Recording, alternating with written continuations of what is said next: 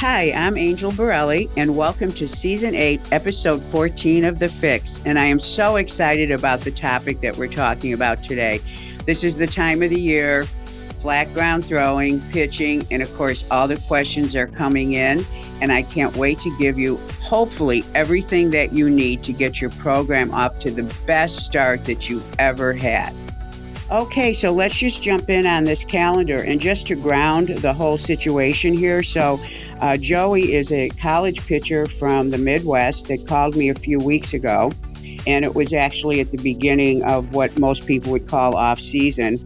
And he asked me the most interesting question, and he said, I don't know if I should take time off. I just figured something out with my mechanics, and I'm afraid I'm going to lose it. And of course, I thought that question was so intriguing because pitchers are concerned that one day they're going to wake up and they're not going to be who they were the day before, which of course is not the case. So of course I had that conversation with him and, admonished him to think about it. Not that he's taking time off, but he's actually building so that he could actually do even better the things that he had discovered during the summer. So I get another call from him the other day, and now he's asking the question that everybody asks. And so many pitchers contact me at this time of the year, including coaches, and they say, when do I pick up a ball? When do I start pitching? How long do I go flat ground? How much do I throw? And it's really interesting to me because sometimes I will get a call from a pitcher who says, listen, I started throwing and I was off for a few months doing off season and my arm's killing me. And when I asked them what they did on the first day, they're lucky they didn't tear something.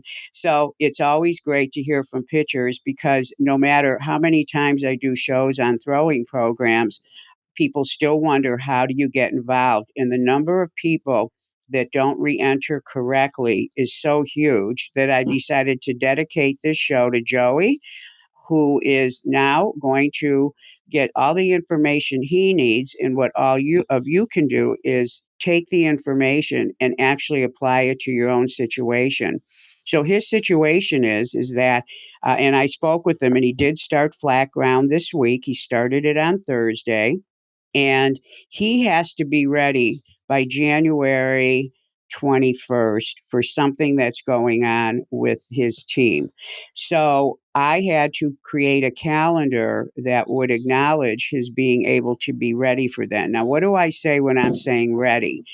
Well, I think a pitcher needs to be ready once he meets his coach for the first time for a practice. I do not want the job of the coaches to be that they get all their pitchers ready.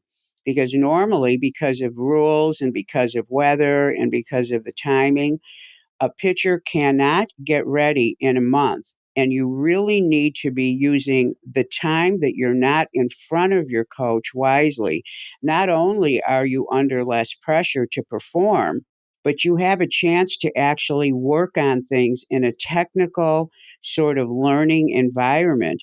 That's one reason why off season, or the off season pitching, I should say, when you're on your own, preseason, we'll call it, when you're doing your throwing program, it's a beautiful time for you to really, really develop and take on the challenges that you personally have as a pitcher in the privacy of your own pitching motion.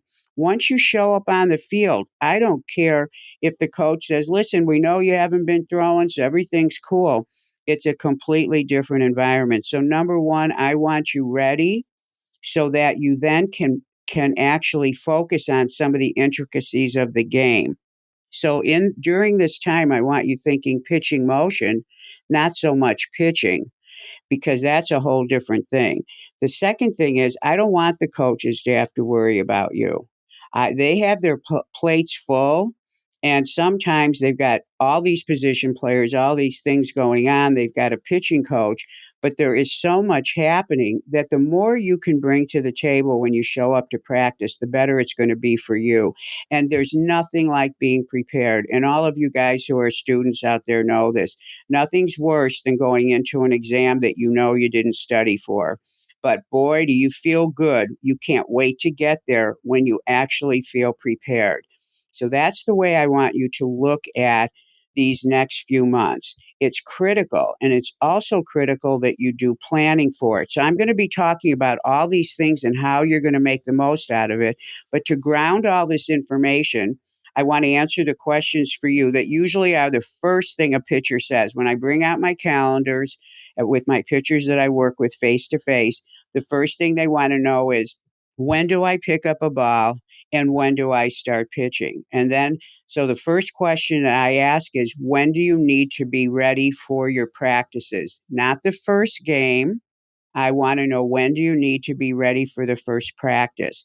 So once I get that date, I reverse engineer the entire calendar so that the pitcher will actually be ready on that day with 79 pitches. And 79 is the number for 14 and older, where 79 pitches is a 3-day requirement recovery. It's the max pitches that I ever condition anybody to, and I never go beyond that in a bullpen. It's not necessary, but I want them at 79. And I also, there's different things that we'll be doing through the calendar, as you'll see, that have them not only to 79 pitches in a bullpen, but also that they have already faced some hitters or at least minimally had somebody stand in. So when they show up for their first practice, they've dialed their pitches, they've seen the strike zone, they faced a hitter, they have, or someone stood in, and they feel completely ready. Plus, their arm is conditioned, because the conditioning that is required that so that you can go into a competitive phase is completely different from the conditioning you might get on the field when you're competing, even doing just scrimmages. The minute you start competing and trying to throw strikes, you may or may not be doing what's appropriate for your body. You're doing what's appropriate for the skill. And I want you doing what's appropriate for the skill when you're on the field. So that's why we get with the body during this time. So that's why a calendar is so important. So for Joey, I set up a calendar, and because he had called me a few weeks ago when he started his off season, it may have been a month and a half. I know that he hasn't been off for a long time. And that's the next question you ask a pitcher.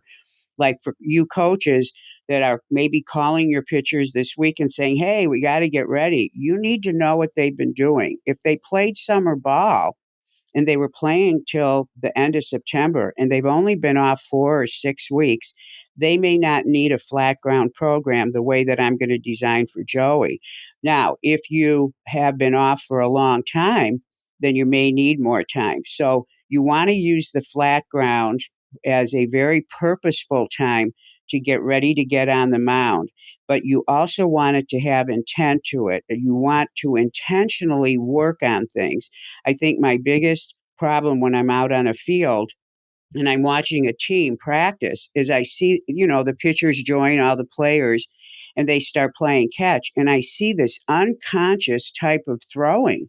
And I even see pitchers who throw a different style, like they'll be throwing sidearm and they're talking about the night before and they're laughing. And it looks like sloppy throwing to me. And what I want everyone to know is, whenever you're practicing a skill, whether, I don't care what it is, it's like when you're in the gym warming up for a deadlift. You don't just become unconscious because it's a warm up set. Every time you are involved in your skill, the practice has to be perfect. So, as you begin your thinking about your program, I want you to be always in a situation where you're going to be able to focus and be conscious. So, every throw counts. Whenever there's a ball in your hand, I want you to shift into this is serious mode. There is no playing around when you're doing anything that involves your skill. So, at the beginning of the design of a calendar, here's 2 things that I know. I know he's going to be throwing 45 feet, and then I know he's going to throw 60 feet. And then I know he's going to get on the mound. Now, why do I do my calendar that way? Why don't I take him to 75? Why don't I take him to 90, 120, 135, 150, 170, out as far as you can go with what is called a long toss program? First of all, I don't work with long toss in my business because pitchers come to me for pitching. So everything I do is actually around the skill itself. The second thing is when I'm designing a program for a pitcher to re-enter, I consider what is his job. And if he is an outfielder as well, I always ask him, "Hey, what do you want to return to first?" And if he says, "God, I got a long toss first," I say, "Go do what you need to do." And I don't teach and I don't do any mechanics of throwing with long toss. To go do what you have to do. And when you feel like you're in condition, have someone else set up your program. Then you come back to me because we're only going to 60 feet.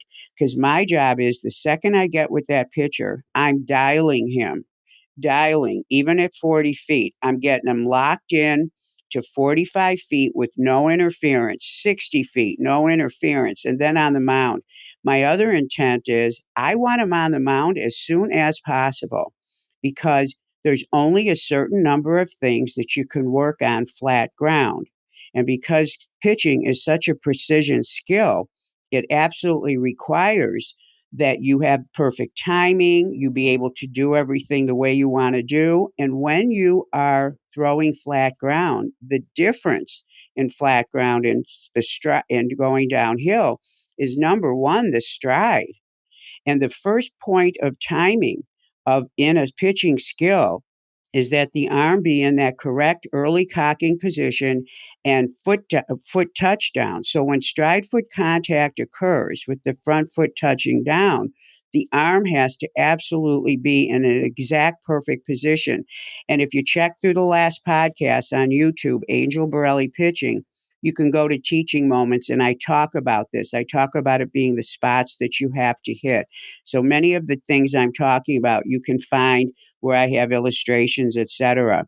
So with that being said, we don't want a pitcher working on certain things if he's going to have to redo it once he gets on the mound. Now, good pitchers are going to still have their timing, whether it's flat or whether it's downhill, they're still going to know that their arm and their leg have a certain kind of balance to them. But we want to get to the downhill because when we work on the skills and we start to condition, we need that downhill slope because the forces are different, the stride length's going to be different, the rotational components of pitching, which are the components that help that develop the velocity, all of those things are absolutely necessary, requires you to be downhill. So my job is to get them downhill. The other thing is people ask me, do you like long toss? Don't you? So when people come to me, they're spending money, they've got a job to do. And the first thing I'm asking them is, where are you at in your season? When do you pitch? Blah, blah, blah. I don't have time to waste. One of the things I know when I studied long toss is the increase of forces that are around the shoulder, the elbow, when you do long distance throwing. So as you get out beyond a certain number of feet, the mechanics change, the forces change. And while that may be something you like to do, in my opinion, it requires recovery just like pitching does. Because if it's something you're doing and it has more forces than actual pitching, well, we take days off from pitching. You have to take days off from that. So if I'm taking someone out 75, 90, 120, 150 feet, and 180 is where things really get crazy. I have to give them recovery, and I don't have that kind of time. So, since they're hiring me for the pitching skill, and I know that all they really need is 60-foot throwing, I take them out to 60 feet. And you'll see when I talk about the calendar and certain things I do that I do a 75-foot throw with a shuffle step into 60, and it's at what I call high intensity throwing. So we do get a little bit of that kind of power going in the flat ground series, but it doesn't interrupt the calendar because for the calendar, I'm going to want during that flat ground phase, I'm going to want my pitcher and Joey, this is what I'm going to want you to do. Throw flat ground, take a day off, throw flat again, take a day off, because the change in your muscle that we're looking for, the change in the tendon that we're looking for, the kind of creation of the conditioning we're looking for in all the types of tissues that are delicate for a pitcher, they change when you're recovering, not when you're throwing. And as you know, once you start pitching, you're going to be combining some flat ground maybe the day before and then pitching. So we want to take advantage of more rest during this phase so that you can actually get ahead. So when you get to pitching, you're not going to have a sore arm. So the first thing that's going to happen is, Joey, you're going to throw 45 feet. And I'm going to give you the total throws for this. So you're going to throw 45 feet twice with 50 throws. And you're going to throw a third time at 45 with 75 throws. And when I say 50 throws, the traditional way to do it is to break everything up into sets of 25, whether you're doing the 45 foot or the 60.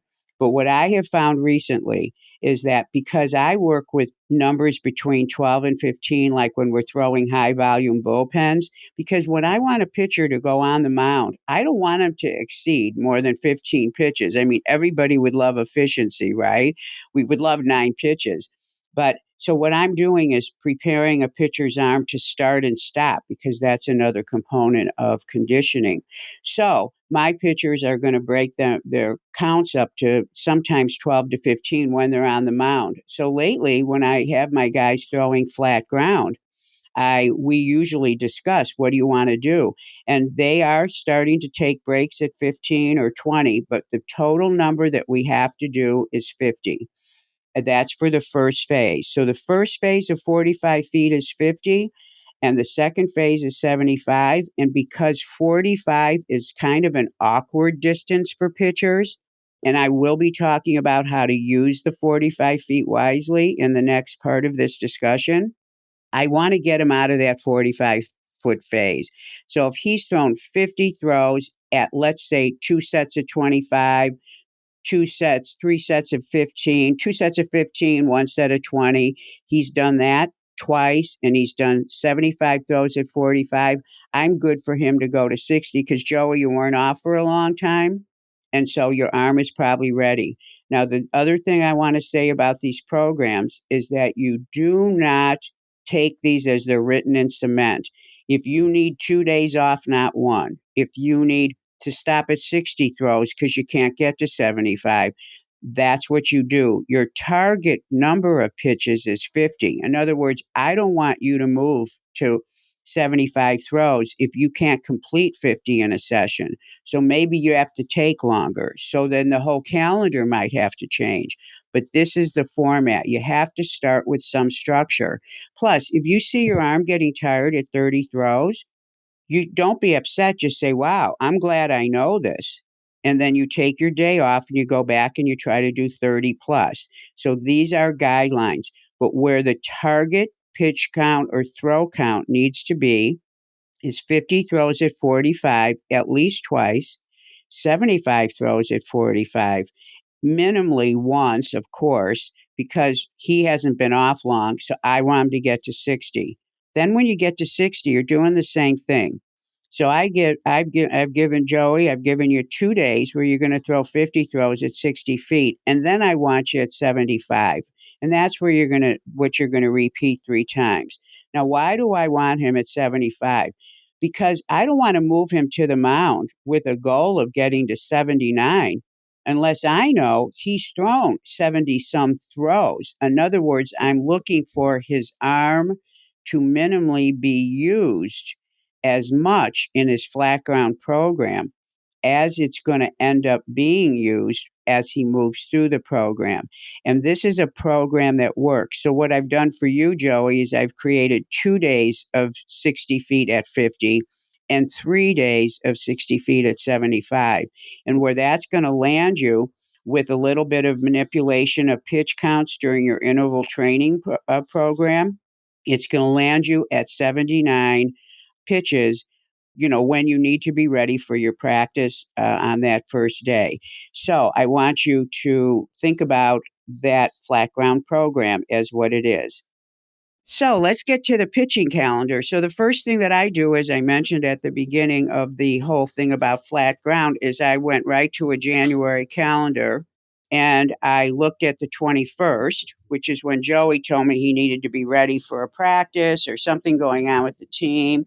And so what I know is that at the very end, he's going to be throwing 79 pitches. So I know that the way that, I follow the American Baseball Association, they have, I think that's the name of it. They came out with recovery guidelines when I was in graduate school.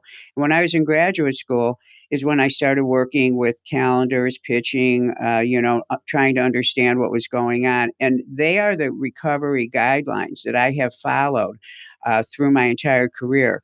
They did revise them some years ago, but they revised them to where they're giving you more pitches with the same recovery. And you know what? I've had a business where I've had no injuries in all these years, here and there, pitchers having injuries once they went off to school, but under my watch, basically no injuries. But these are the guidelines that I have followed. So there's no way that I would become less conservative, especially given that the injury rate is up. So 79 pitches on the original guidelines, the recovery guidelines, were 3 days for 79 for more than 79 pitches. So if he throws 80, it's 4 days. If it's 79, right to 79, it's three. So Joey, you need to be ready on the 21st. So if you're looking at a calendar on the 17th, that's your last bullpen. And that's 79 pitches. You've got 3 days to recover. Once you get into your program, you'll already know, how do I use my recovery time? Does my arm like to have the day off and then I like to play catch the next 2 days? Or do I always want to play catch the day before? By the time you get this far into your program, those are one of the things you're going to be learning because your body will talk to you and tell you. So for right now, all we're doing is laying out the numbers and the guidelines. So you will be throwing your last bullpen on the 17th, which is 79 pitches. So everybody who's laying out a calendar, and you really need to do this, I know it's the old fashioned way, paper and pencil. And I say pencil because you're going to reverse engineer this. You're going to go, I've got to figure something out because I should be starting to pitch tomorrow and I haven't done my flat ground yet. So you're either going to not be conditioned to that number of pitches, which you tell your coach, and because you're ahead of schedule, you've got plenty of time. You say to your coach when you show up at practice, hey, coach, I only was able to get to 65 pitches in my throwing program. When I'm here, can I start my bullpen? I'd like to get conditioned to 79. He's going to be so happy you're that organized. So remember, your goal as a pitcher is 79 pitches in a bullpen. And the more times you can do that, the better. And when my guys were home during the pandemic, we made sure that they visited that number frequently so that their arm was really getting conditioned again in that environment where the stress isn't so high. That's why this time of the year is so perfect because you have control. Remember, control of when you throw, control of how much recovery you get, and the fact that it's systematic is the most beautiful thing about this time of the year. So I reversed engineer the pitch count. And so, Joey, and this is the thing you're waiting for, you'll be throwing your first pitch on around Friday, the 19th of November. And that you will be doing a 20 to 25 pitch bullpen. And then what I do from there, because already I've laid out the flat ground and already I know, and by the way, your last day of flat ground is the day before, because one of the things pitchers need to get conditioned for is they need to be able to play catch the day before pitching. I've worked with hundreds and hundreds of pitchers. Most of them, and they know their arm, don't like to throw the day after, but they love to play catch the day before. And it's just light knowing they're pitching the next day. They regulate it. And again, it's not a kind of throwing that requires recovery because you have to know you're pitching the next day. So, Joey, your last day of flat ground would be on the 18th, and your first day of pitching would be on the 19th, and you'll be throwing. And this is how I do it, everyone. What I do is I just kind of regulate. I just say, okay, he's throwing 20 to 25. I usually give somewhere between a 5 to a 6 pitch count range so the pitcher can land within that. And again, the lower the pitch count, the more you can increase it. And in the first week or so, I like to do more frequent bullpens so their arm gets more in condition. So I rotate between 1 and 2 days off. So just to walk you through a little pattern, and then from there, the pitch count determines the days off. So with the recovery guidelines that I follow, up to 39 pitches is 1 day off. So Joey will be throwing a 20 to 25 pitch bullpen on a Friday. I want him back on the mound on that Monday. I want to give him 1 day off because I want frequency so he starts to really get in condition. And then I'm going to give him 2 days off. So I'm kind of undulating the days off because I can right now because he isn't throwing that high of a volume that mandates more recovery.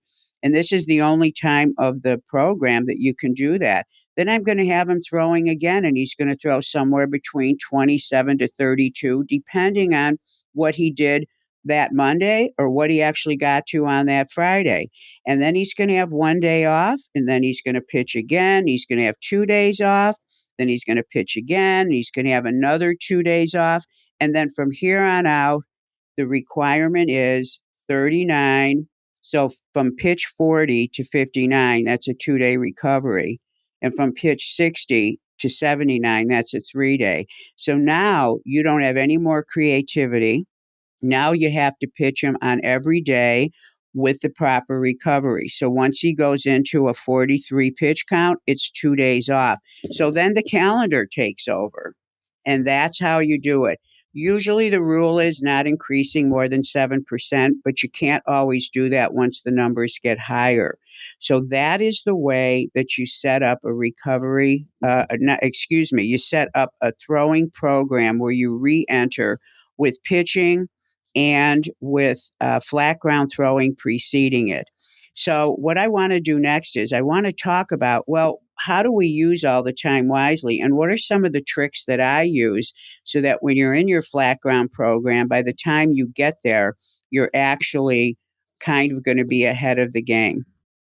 So, okay. And, I think I want to set the stage for this before I start giving you some of my tricks. I think I want to set the stage for maybe getting your head on straight about the importance of what you're about to start with your flat ground throwing program, which most guys would be starting around now, because even though Joey's schedule is to be ready by January 21st, I think that's their first practice. They're a college, it's a university in the Midwest, so there may be some weather things going on there. But I think most of my guys, my minor leaguers, report the beginning of March. High school guys, I think somewhere that's January, travel balls somewhere in January. So I think this is kind of like the time when most everyone's going to be starting. In fact, if you have to be ready any earlier than January 21st, I hope you're already starting your flat ground program. So you got to get on it because this gets Joey to the 21st just absolutely perfectly. In fact, I had to go back and do it because I didn't have him ready in time. And the pitching part's the most important. So to set your head straight, because I want you to take this seriously and I want you to really do some planning so that you absolutely create results. And I've said this before, I think it is so important that pitchers act as their own agents and managers. It is up to you to take care of yourself. With the number of injuries, we saw some of our greatest pitchers go down last year with injuries.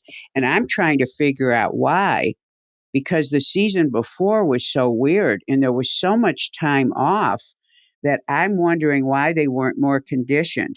But I think in a competitive thing, sometimes when you're thrown off, it can cause more damage. But the types of injuries we saw, but to the best of our pitchers last year in the major league went down with injuries, and I hated seeing that. So this is the time when you get to control it so that you know you're not going to get hurt during the season, except for something unforeseen. If you are having any weird things happen at the beginning of your season, and you can think back to the beginning of some of your other seasons, this is maybe one thing you want to do. History has a way of repeating itself. History is a great predictor for future occurrences. So if every season you hear yourself say, "Oh God, my forearm gets tight, or the back of my shoulder feels awful," you need to address that in this time of the year for you, because again, this is your time to shine without the stress of competition. And actually, this is reminding me of something else I want to say. You have to find the right warm up program for you that you should be doing with a resistance band before you throw a ball. Now, there's many programs out there that a lot of you do. If you've been listening to me, you know that I have a program, first pitch strike, warm up, and recovery program. It's something you do before and after, but it is so scientifically sound, and it is so perfectly designed with a reason for every single thing and clear cut motions. You're not pitching, you're not doing random movements. You are working joint by joint. It is absolutely the best program. It is now, as of a month ago, available digitally. You could put it on your phone. You can look at it before you do it. You can learn the program. And there's downloads that come with it, the worksheets, the book that explains it. And this is one of my products that I will not stop promoting because it is so great for your arm. And what my guys do is they have to do it twice a day for 5 days before they pick up their first ball in flat ground throwing, because you are rusty. But this takes out the rust. And of course, doing the work I do, I have to be involved in injury prevention, because if somebody comes to me and their arm is sore, number one, the program gets halted. Number two, I haven't done my job. But also, the way your body talks to you tells you what you should be doing in the gym or what you missed or whatever. So think about getting the right program for yourself. If you haven't started your throwing program, start doing it twice a day. My recovery program is something when you start throwing flat ground, you should do at least once or twice a day, in addition to what you'll do after you pitch. And that way you'll enhance recovery, because during this phase, you want your body to learn how to turn on, turn off, turn on, turn off, and recover in between. And that's what's going to be the best for you. So I want you to plan for some great results. The first thing you want to do is you have to review last season's performance, like I said. The other thing you have to learn how to do is you have to learn how to train technically. Just because you got a guy in front of you with the glove, don't let the monster in the glove come out, where all of a sudden now you're just throwing. You have to think about every throw, and you have to have a plan ahead of time as to what are you working on that day, or what are you working on with each different distance that you're at. You also want to get the mindset that if you've got a problem with something, and this is particularly important when you start mixing in your other pitches, you want to have the attitude of going through it, not around it. I don't like when a guy says to me, when I say, "Tell me your pitches," blah, blah, blah, and he goes, "Oh, my four seam, it's so bad. Like, I don't want to use it anymore." I'm like, "What? The highest velocity pitch? I think you want to use it." Well, I have to, well, now's the time you work on it. I want you to get in the habit of going through something, not around it, because it'll make you a better pitcher. Plus, anytime you have fear about one of your pitches, you don't want to be that vulnerable. You don't want to be vulnerable. You want to be in control, and you want to know that you can throw all the pitches in your arsenal. And this is November. Most of you are not going to be in competitive games until February or March. This is November. If you've got problems with the pitch, you've got plenty of time to work on it. The other thing I want you to do is I want you to start really thinking about your motion. Don't just look at where the ball goes. Think about how you're feeling. And the soreness you get at the beginning of the season, unless it's the normal soreness. And if you buy my program, there's a chapter in it that talks about. I've got two pictures with me, and I'm showing you why you're doing everything. But I teach you about where it's okay to get sore and where it's not okay to get sore. And so once you understand that, that is your body talking to you. You can go back and you can start addressing that muscle. You can start looking at your mechanics and thinking about, why is this happening?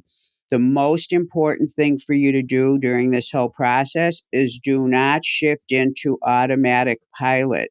This is the part of your brain, the motor control center, that allows you to be doing something while you're listening to this and not have to think about it. That's the mode we want you in when you're on the mound. We don't want you to have to think about your motion. We want you to think about the strategy of how you're going to get that guy out. But you can't do that and can't celebrate that and be in that position if you haven't done the work with the motion to get it so good that it moves into your center. You don't want to have a sloppy motion that's in your motor control center. You want to have the right motion. And now's the time. And the only way to do that is go through your thinking mind, and then that'll push it into the automatic mind. Allow yourself to make mistakes. Learn how to self correct. Do not judge yourself. Do not have emotional reactions. And repeat whatever it is you're trying to learn. And use this time wisely, because this is the time where you can shine on your own and be your own teacher. So, some of the things that you want to use your flat ground to be working on, and these are great tips for you, especially when you're at the shorter distances. So let's just talk generally about what are some of the skills that you can work on flat ground. And you should be working on flat ground because they're the skills that you absolutely have to have once you're on the mound. So, in terms of the lower body, it is critical that you learn how to put your foot in the right place when you land. And yes, when you're throwing flat ground, you will make the same mistake you make on the mound. Now, most everything that I am mentioning, if you go through the teaching moment on Angel Borrelli pitching on YouTube, my wonderful editor takes the podcast, puts it on there, and in the teaching moment section, you can just jump right to that. Let's say you're listening to this now and you're going, well, I don't understand front foot placement. It's going to be on there. There's going to be a podcast I've done. There may be visuals. So if there's any component of what I'm saying, because most everything in the motion I have touched on, and you'll be able to go back and just isolate that skill. Your front foot's got to land in the right place. It's also got to be stable when you finish your throw. You need to start working on this at 45 feet because guess what? You're not throwing that hard because don't want to kill your partner. You also have that moment where the stride is shorter, so you're not going downhill, so you don't have to process all the ankle stuff. But when you land correctly and you stabilize the foot at 45 feet, trust me, when you get to 60, it'll be a cakewalk. So what I do with my guys is even though we're out on the field and you don't always know where you're starting, like on the mound, you always know where your foot is against the rubber. Because if you have to put something down to mark where you want to put your foot, you have to be starting in the same place. So we get something. We get a band or we get something where you won't hurt yourself. We have a place so the pitcher starts at the same place. He might even squash out a piece of the grass and knows where he starts. So if you know where you're going to start your flat ground throw, you have your partner be the one that backs up. And then you know where you're going to land, put something down. So land in the right place and land with the foot being stable. Your motion should not be so out of control, side to side, that as you're going forward, it throws your foot off. So those are two things that are ideal to work on at 45 feet. The other thing is that's great at 45 feet is even though most of the guys just slide step into it, it's a great time to start your motion from the top of your knee lift. I don't mean lift it up and go like in the motion. You come set, you lift and go. I'm talking about you get to the top of your knee, you figure out how to stay there. And I've also done shows on that.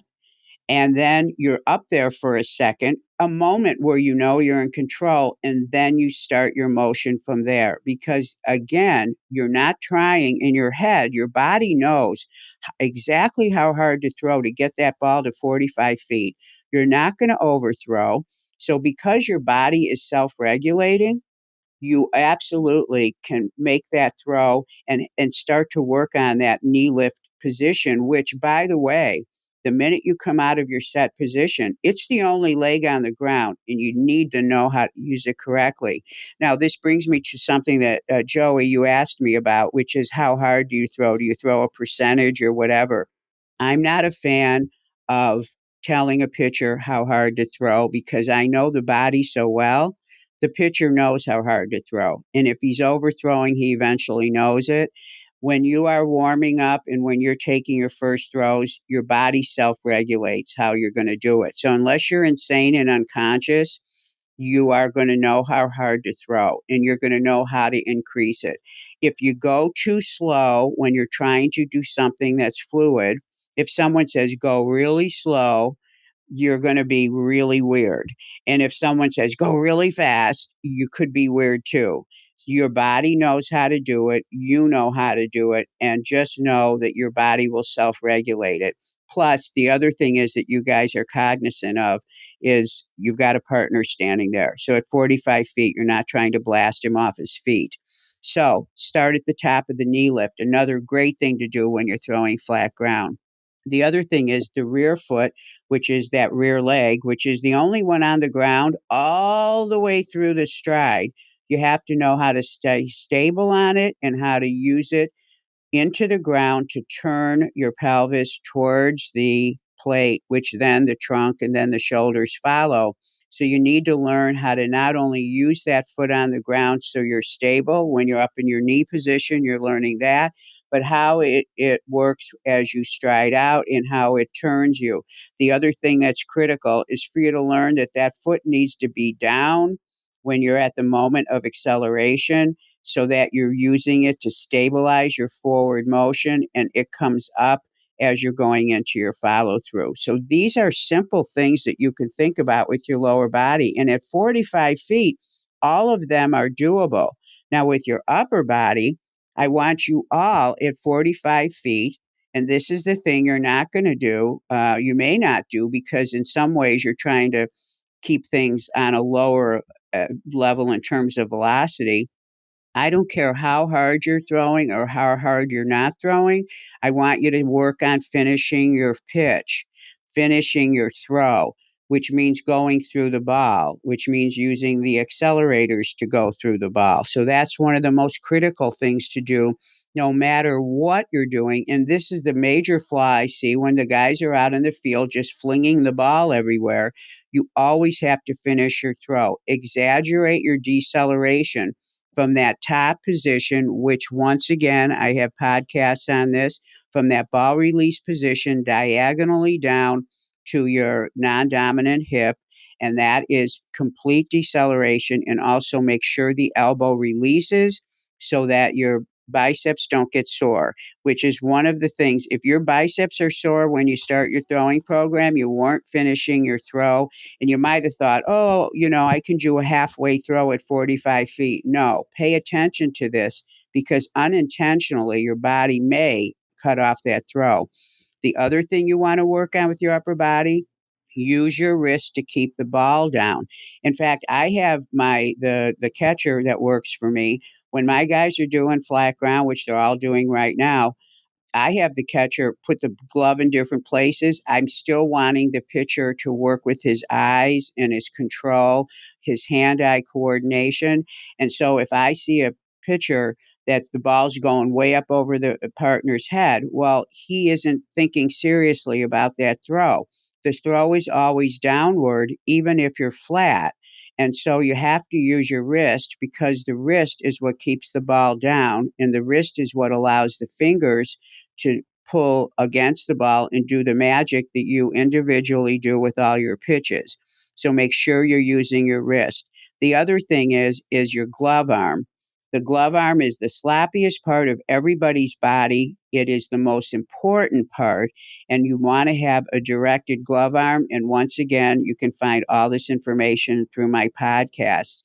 Getting over the front leg, another topic in my podcast with great drills. This is another critical piece to getting you into starting to feel the correct motion that you're going to use so that as you move back to 60 and you get on the hill, you'll already have these skills. So before we jump into talking about some of the things I want you to think about when you're on the mound, and we're almost done here, so hang in there for a few more minutes, is when you're at 60 feet, and and Joey, I think I mentioned to you, you're going to be at 60 feet twice at 50 throws and 3 times at 75 throws. Once your arm is actually feeling really good, and these are decisions I want each pitcher to make on his own. And for you coaches, you'll know when it's time to do this. Just to keep things kind of going during that 60-foot phase, because this conditioning is so important. And of course, at 75 throws, you're probably doing 15 at a time, at times X number of throws. What I love to do is I like to add high intensity throwing. There's also a podcast on this. There's also a video on what it looks like. One of my minor leaguers is demonstrating it. But what I do is I move the pitcher back to 75 feet. I tell him to shuffle steps. So it's about 2 shuffle steps into 60 feet. So he's shuffling, and throwing, and his partner is down. And what I want you to do when you're throwing 60 feet is I want you to mix in all your pitches. And when you're mixing in a breaking pitch, a lot of my pitchers, of course, want his partner to get down for a few of the catches. So because they're interested in how it looks. When they first start throwing it, sometimes they're just interested in how the feel of the wrist is going, how the feel of the fingers is going, because of course that's what changes all the pitch types. But then once they've been throwing it, they do want to kind of see, hey, now that my fingers and wrist feel normal and my forearm's not getting sore from any of them, then the next thing I can do is I can actually see if it's working. So they're still flat. So on these high intensity throws is a great time to mix in your other pitches because you're able to see what the throw actually does. So I usually add somewhere in the third set.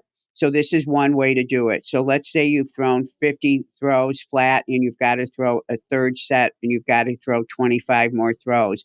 You pick 5 or 10 of them and you do that with this high intensity style.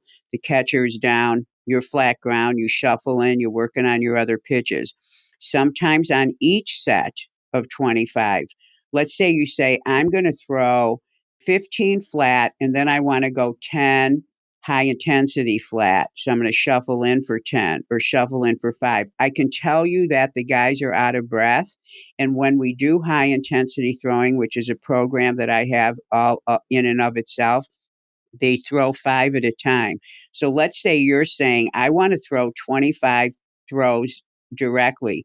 And once you get to 60, I think you have to be able to do one set of 25 throws because when you're in a bullpen, most starters throw around 25 pitches. So your arm has to be able to go 25 one after another. So I think when you're at 60, when you're creating those sets, the first one needs to be at 25. Then you can split up the rest of the numbers.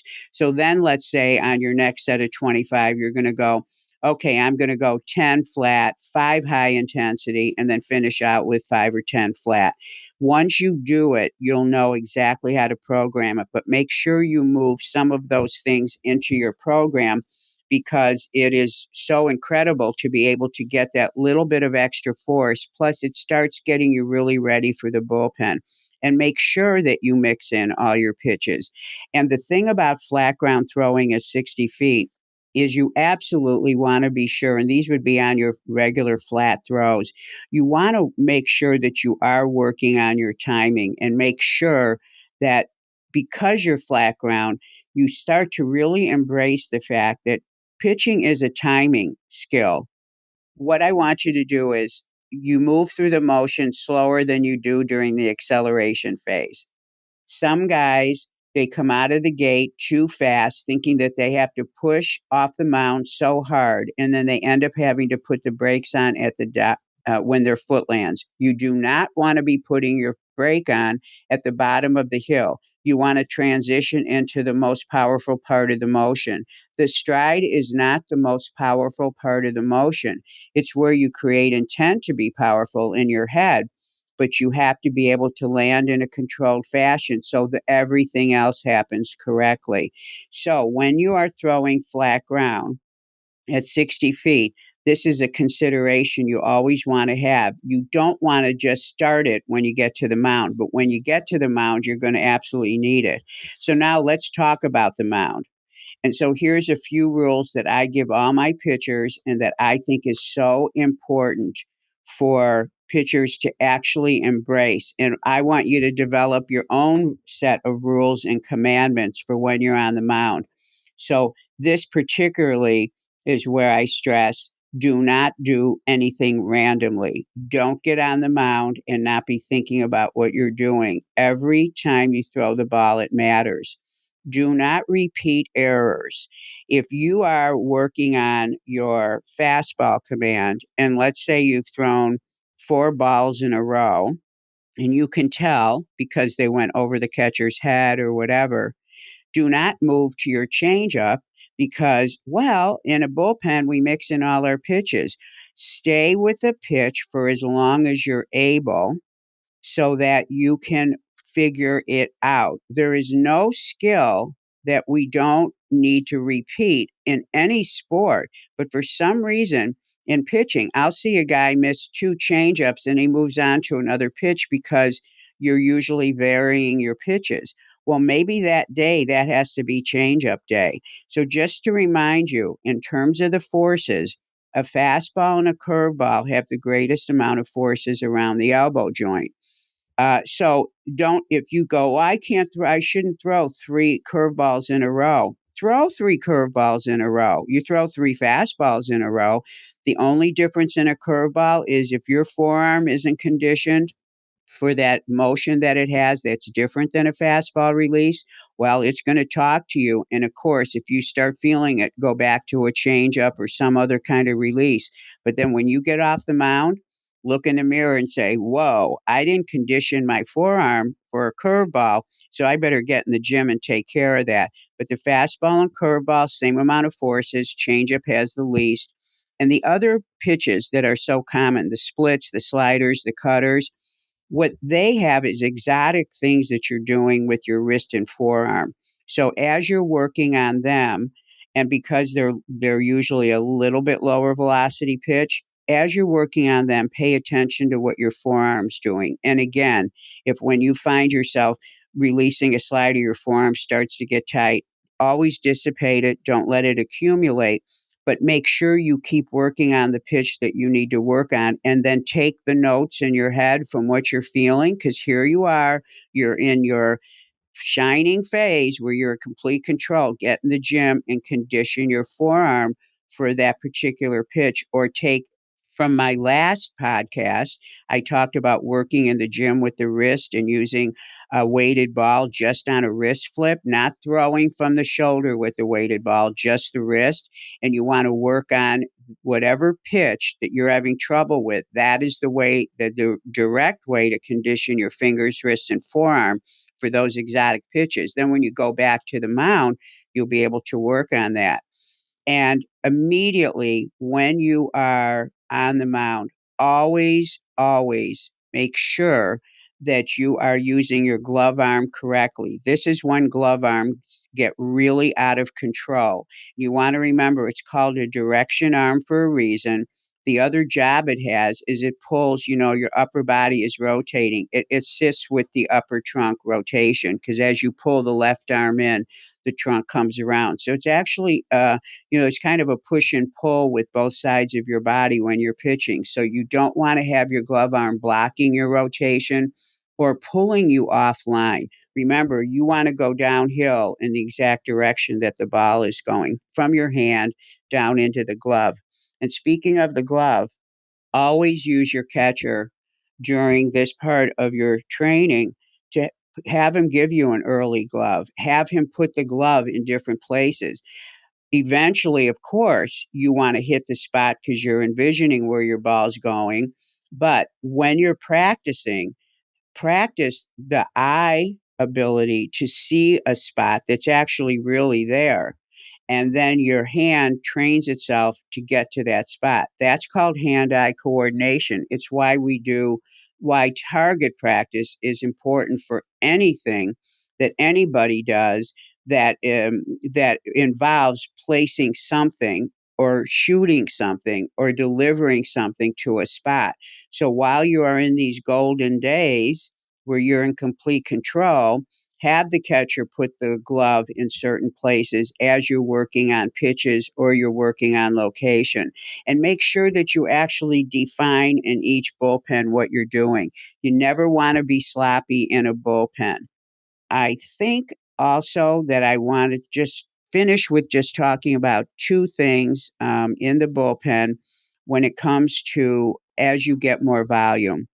So when you get more volume, as you add in, when you, especially in the 40s, when the 40s come, the pitch count gets to the 40s, is when things start to change with the pitcher. And when you get more towards 60 and 70, the tissue actually starts to change. That's why we want to be so well conditioned and want everything to be systematic. When you're working in the bullpen and you start to get to 30 or 40 and you start to increase, there's two ways that we break up the bullpen. Again, all my bullpens are done 25 pitches in a row. And then for the remaining volume, and the reason why we do it is for what I mentioned with the flat ground. When you go to a bullpen before a game, you're going to throw, my pitchers all throw at least, most of them have four or more pitches. Some, of course, just three. But to dial the fastball, and my guys throw 12 fastballs. They start mixing in their other pitches. And of course, everyone knows you got to get the release point for the fastball first. And it takes from 12 to 25 to dial, two or three other pitches. So we just pick the number 25. And if the pitcher wants to go 26, 27, 28, which many of my starters do, they do that number. They come off the mound. We have the pitch count for the day already set up.